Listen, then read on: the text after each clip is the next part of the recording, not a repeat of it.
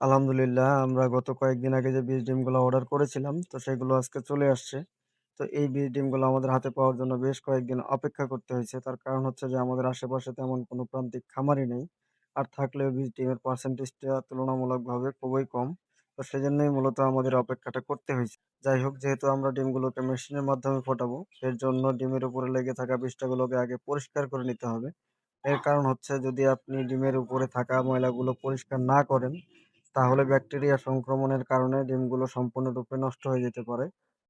তো সেজন্য আমরা একটা প্লাস্টিকের পাত্রে জীবাণুনাশক মিশ্রিত পানি, ব্রাশ এবং সাথে কিছু পাউডার নিয়ে নিছি। তো ডিটারজেন্ট পাউডার নেওয়ার কারণ হচ্ছে ডিমের উপরে ময়লাগুলো খুব সহজে পরিষ্কার হয়ে যায় এবং ডিমগুলো দেখতে অনেক সুন্দর লাগে। তো এইজন্যই মূলত ডিটারজেন্টের ব্যবহার করা। তো যাই হোক, ডিমগুলোকে পানিতে ডোবানোর পর আমরা প্রতিটা ডিমকে ব্রাশ দিয়ে আলতোভাবে ঘষে পরিষ্কার করে নিচ্ছিলাম। এর কারণ হচ্ছে, ডিমের খোসায় হাজার হাজার ক্ষুদ্র ক্ষুদ্র ছিদ্র থাকে এবং ডিমের খোসার উপর একটা পাতলা প্রাকৃতিক আবরণ থাকে, যাকে বলা হয় কিউটিকল লেয়ার বা সুরক্ষা স্তর। তো এই কিউটিকল লেয়ারের কাজ হচ্ছে ডিমের ভিতরে থাকা বাচ্চা বা ভ্রূণকে সুরক্ষা দেওয়া। ডিমগুলোকে জোরে জোরে ঘষে পরিষ্কার করলে সুরক্ষা স্তরটি নষ্ট হয়ে যেতে পারে। তো সেজন্যই মূলত ডিমগুলোকে আলতোভাবে পরিষ্কার করে নেওয়াই বুদ্ধিমানের কাজ। তো যাই হোক, মনে সন্দেহ দূর করার জন্য আমরা এখানে আরেকটু সতর্কতা অবলম্বন করেছি। আর সেটা হলো, প্রতিবার ডিম ঘষে পরিষ্কার করার পর আলাদা করে রাখা পরিষ্কার পানি দিয়ে ধুয়ে এরপরে আমরা ট্রেতে রাখছি, যাতে করে কোনোভাবেই ব্যাকটেরিয়া সংক্রমণ না হয়।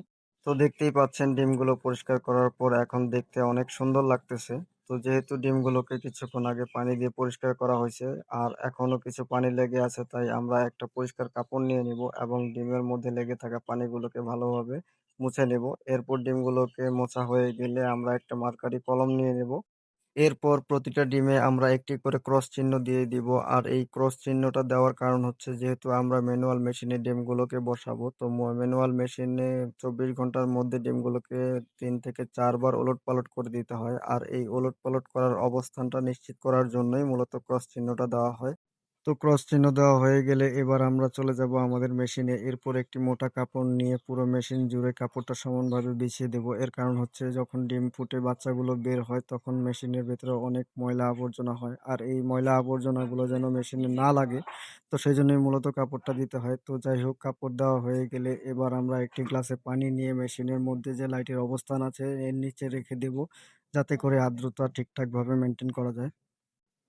তো এখন আমাদের মেশিনটা ডিম বসানোর জন্য একদম রেডি। এবার আমরা ট্রেতে থাকা ডিমগুলোকে একটি একটি করে সারিবদ্ধভাবে ক্রস চিহ্নটাকে উপরে রেখে সাজিয়ে নিব। ক্রস চিহ্নটাকে উপরে রাখার কারণ হচ্ছে, আমরা যেহেতু ক্রস চিহ্নটাকে উপরে রাখছি, তো এখন যখন আমরা ডিমগুলোকে রোটেশন করব, তখন এই ক্রস চিহ্নটা নিচের দিকে থাকবে এবং অপোজিট সাইড ওপরের দিকে চলে আসবে। তো এখানে মূলত বোঝার সুবিধার্থে ক্রস চিহ্নগুলোকে উপরের দিকে করে দেওয়া হয়েছে, যাতে করে কোন সময় কোন অ্যাঙ্গেলে এই ডিমগুলোকে রোটেশন করতে হবে সেটি ভালোভাবে বোঝা যায়। তো যাই হোক, আমরা যেহেতু হাঁসের ডিম বসিয়েছি, তো এই হাঁসের ডিমগুলো ফোটার জন্য আদর্শ তাপমাত্রা হলো 38 ডিগ্রি সেলসিয়াস সর্বোচ্চ, যা আমি সেট আপ করে নিছি। অর্থাৎ 38 ডিগ্রি সেলসিয়াস হলে লাইটটি অটোমেটিক নিভে যাবে এবং 37.5 ডিগ্রি সেলসিয়াস হলে লাইটটি অটোমেটিক জ্বলে উঠবে। আর আর্দ্রতা মেনটেন করার জন্য আমরা যে গ্লাসে পানি দিছি, তো মেশিনে আর্দ্রতা কমে গেলে আমরা সেই গ্লাসের পানির পরিমাণটুকু বাড়িয়ে দিব। তাহলে আর্দ্রতা কম থাকলে সেটা ঠিক হয়ে যাবে। হাঁসের ডিম ফোটানোর জন্য মূলত আর্দ্রতা 50 থেকে 55 রাখাই ভালো। তো আমরা এই ডিমগুলোকে ১ সপ্তাহ পর ক্যান্ডেলিং করব। তো কিভাবে ক্যান্ডেলিং করি সেটি দেখতে হলে চ্যানেলটি সাবস্ক্রাইব করে পাশে থাকুন। ধন্যবাদ।